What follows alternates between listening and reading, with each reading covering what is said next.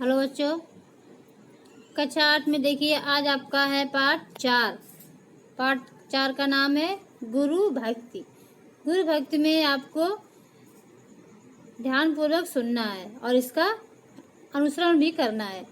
तो इसमें सबसे पहले देखिए, गुरु का स्थान संसार में सर्वोच्च है। क्या है? सर्वोच्च है। हमारे सभी संतों ने गुरु के स्थान से ऊपर भी माना है। किसको माना है? भगवान से ऊपर भी माना है। प्राचीन काल में विद्यार्थी अध्ययन के लिए गुरु के आश्रम में रहते थे। महर्षि अयोध्याम के आश्रम में बहुत से शिष्य रहते थे।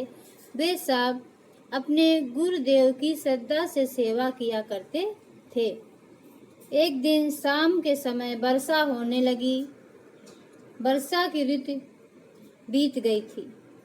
आगे भी वर्षा होगी कि नहीं, इसका कुछ पता ना था। महर्षि ने सोचा कि कहीं अपने धान के खेत की मेड़ अधिक पानी भरने पर टूट न जाए। यदि ऐसा हुआ तो सब पानी बह जाएगा। फिर पीछे वर्षा ना हुई तो धान बिना पानी के सूख जाएगी। उन्होंने अरुणी को बुलाकर कहा, बेटा अरुणी, तुम खेत पर जाओ और देखो कहीं मेड़ टूटने से खेत का पानी निकल ना जाए। अपने गुरुदेव की आज्ञा से अरुणी उस समय वर्षा में भीगते हुए खेत पर चले गए और वहां जाकर उन्होंने देखा कि मेड़ एक स्थान से कट गई है और वहां से पानी जोर से निकल रहा है। अरुणी ने वही मिट्टी रखकर मेड़ को बांधना चाहा, पर मिट्टी जल के बहाव के कारण ना रुकी। वर्षा से मिट्टी गीली हो गई थी, इसलिए अरुणी इतनी मिट्टी बांधने को रखते उसे पानी बहा ले जाता था। बहुत देर प्रयास करके भी जब अरुणी मेड़ को ना बांध सके तो उस टूटी मेड़ के पास स्वयं लेट गए। उनके शरीर में पानी का